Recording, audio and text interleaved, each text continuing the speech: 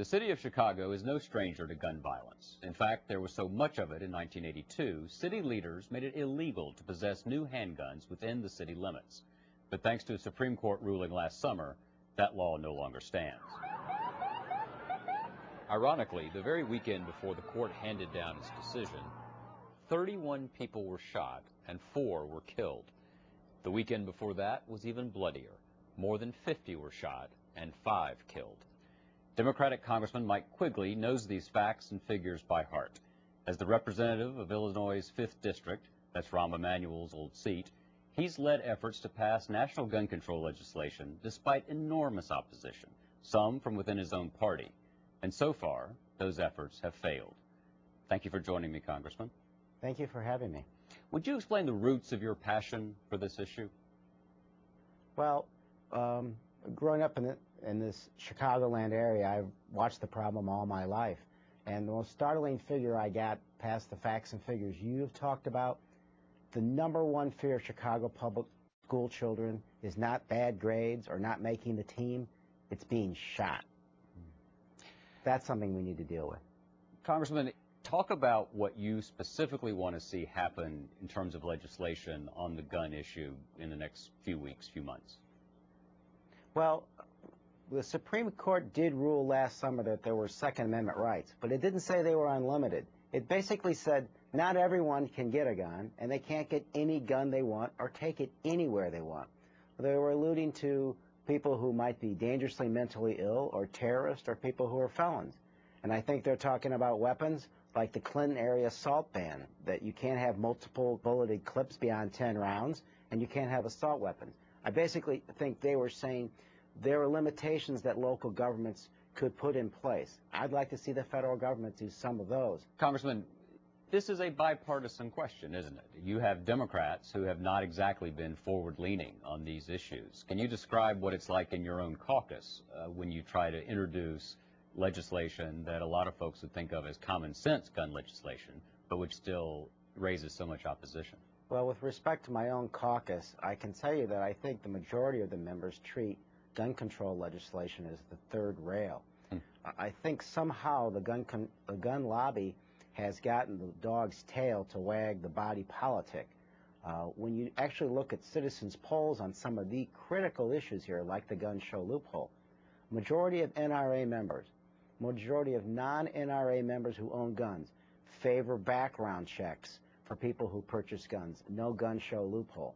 So the only thing we can do is go directly to the public and encourage them to approach both Democratic and Republican members and talk about gun control legislation, talk about some reasonable means of protecting ourselves. Is this, when you talk about the power of the gun lobby, is this about money? Is this about ideology? What's it about?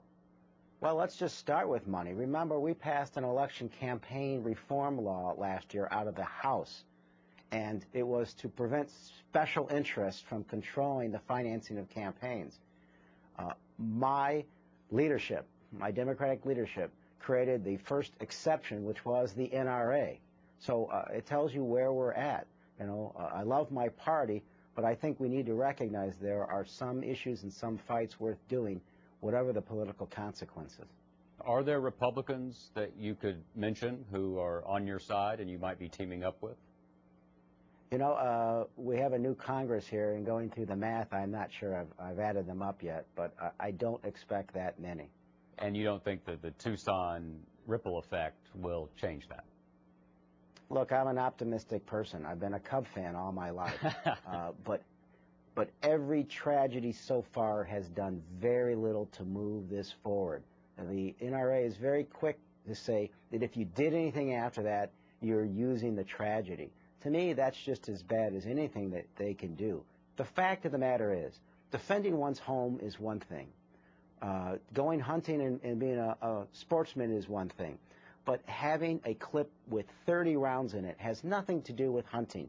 It has something to do with hunting people. And we have to take that message to the American public to help them understand where this is at in Washington. Why is that so hard as an argument to make in Washington itself? Well, it's very hard to get beyond the sound bites, the demagoguery that's taken place, and the talking past each other by both sides. We need more debate. If there's something that's been frustrating about this process for me in the time I served in the 111th Congress, is there was no debate. What both parties have done is stymie debate. We weren't allowed to have a regular hearing on a bill. Through much begging and negotiating, we were allowed to have what is called a briefing on the gun show loophole. If you're that afraid of an issue, where you're not letting people even discuss it, I don't think you're allowing the democratic process to work. A last matter, Congressman. Do you think that there will be some attention paid to the mental health background checks, to getting some databases, and really moving forward in terms of being able to keep legal sales out of the hands of folks who may have problems? Well, we certainly have to look into sharing of databases. We also have learned that the databases have not been updated for 3 to 4 years in many states. To a larger picture, though, the issue of what we do with mentally ill people in this country is a tragedy. I mean, one of the very worst things we do is criminalize the mentally ill, and we don't sufficiently fund the issue.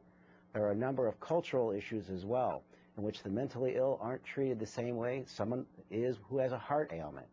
We would understand that someone with a heart ailment needs treatment. We don't treat the mentally ill the same way. It's stigmatized and often ignored. Congressman Quigley, thank you. Thank you so much for having me. Our thoughts and prayers with all the victims.